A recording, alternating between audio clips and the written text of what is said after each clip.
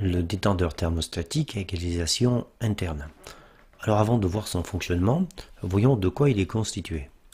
Tout d'abord, il est constitué d'un bulbe et d'un train thermostatique. On sait que le bulbe est fixé sur la tuyauterie en fin d'évaporateur. Celui-ci doit être fixé fermement sur la tuyauterie afin qu'il apprécie bien la température en fin d'évaporation. Nous avons la membrane qui fait partie de l'ensemble bulbe-train thermostatique membrane. Ensuite, nous avons l'entrée du détendeur ici. Le liquide sous-refroidi passe à travers la buse. La buse détermine, elle, la puissance délivrée par le détendeur en fonction du fluide utilisé.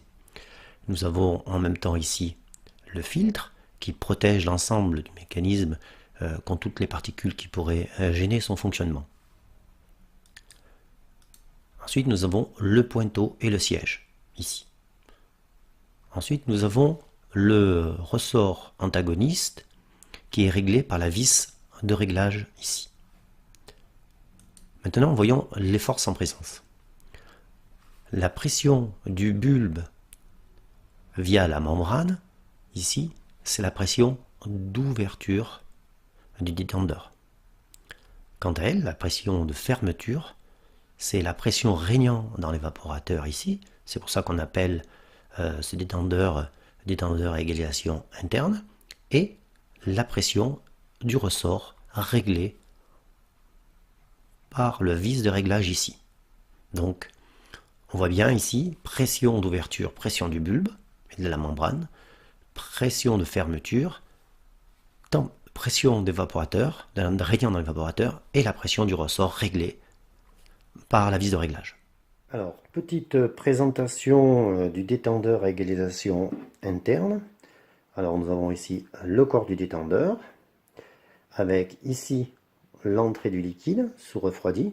Alors, normalement, ici, on a la buse du détendeur qui vient se loger à l'intérieur, avec le filtre. Alors, ici, c'est un pas de vis. Ça, c'est l'entrée du détendeur. Ici, la sortie du détendeur qui correspond à l'entrée de l'évaporateur est à souder.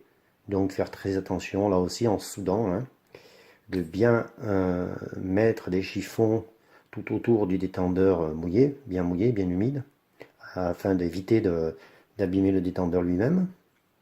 Ensuite, nous avons ici le train thermostatique avec le capillaire et le bulbe.